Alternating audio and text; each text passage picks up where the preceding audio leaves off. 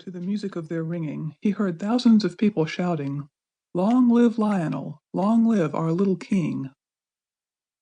He was a little sorry at first that he had not put on his best clothes, but he soon forgot to think about that. If he had been a girl, he would very likely have bothered about it the whole time. As they went along, the grave gentlemen, who were the Chancellor and the Prime Minister, explained the things which Lionel did not understand. "I thought we were a republic," said Lionel. "I'm sure there hasn't been a king for some time." "Sire, your great-great-great-great-great-grandfather's death happened when my grandfather was a little boy," said the Prime Minister.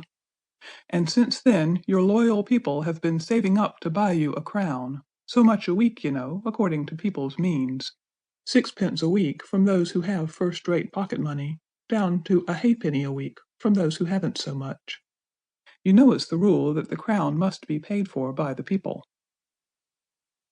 "But hadn't my however much it is, grandfather a crown?" "Yes, but he sent it to be tinned over for fear of vanity, and he had had all the jewels taken out and sold them to buy books. He was a strange man, a very good king he was, but he had his faults. He was fond of books. Almost with his last breath he sent the crown to be tinned. And he never lived to pay the tinsmith's bill." Here the Prime Minister wiped away a tear, and just then the carriage stopped and Lionel was taken out of the carriage to be crowned. Being crowned is much more tiring work than you would suppose, and by the time it was over, and Lionel had worn the royal robes for an hour or two, and had had his hand kissed by everybody whose business it was to do it, he was quite worn out, and was very glad to get into the palace nursery. Nurse was there, and tea was ready, seedy cake and plummy cake, and jam and hot buttered toast, and the prettiest china with red and gold and blue flowers on it, and real tea, and as many cups of it as you liked. After tea Lionel said, "I think I should like a book. Will you get me one, Nurse?" "Bless the child," said Nurse. "You don't suppose you've lost the use of your legs with just being a king? Run along, do, and get your books yourself." So Lionel went down into the library. The Prime Minister and the Chancellor were there, and when Lionel came in they bowed very low, and were beginning to ask Lionel most politely what on earth he was coming bothering for now, when Lionel cried out, "Oh, what a world full of books! Are they yours?" "They are yours, your Majesty," answered the Chancellor. "They were the property of the late King, your great-great—" "Yes, I know," Lionel interrupted. "Well, I shall read them all. I love to read. I am so glad I learned to read." "If I might venture to advise your Majesty," said the Prime Minister, "I should not read these books. Your great—" "Yes?" said Lionel quickly. "He was a very good king.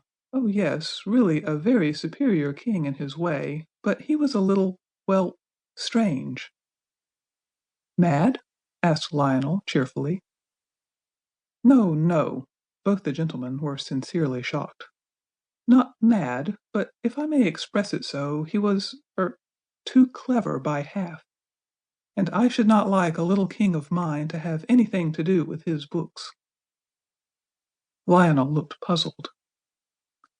"The fact is," the Chancellor went on, twisting his red beard in an agitated way, "your great—" "Go on," said Lionel. "Was called a wizard."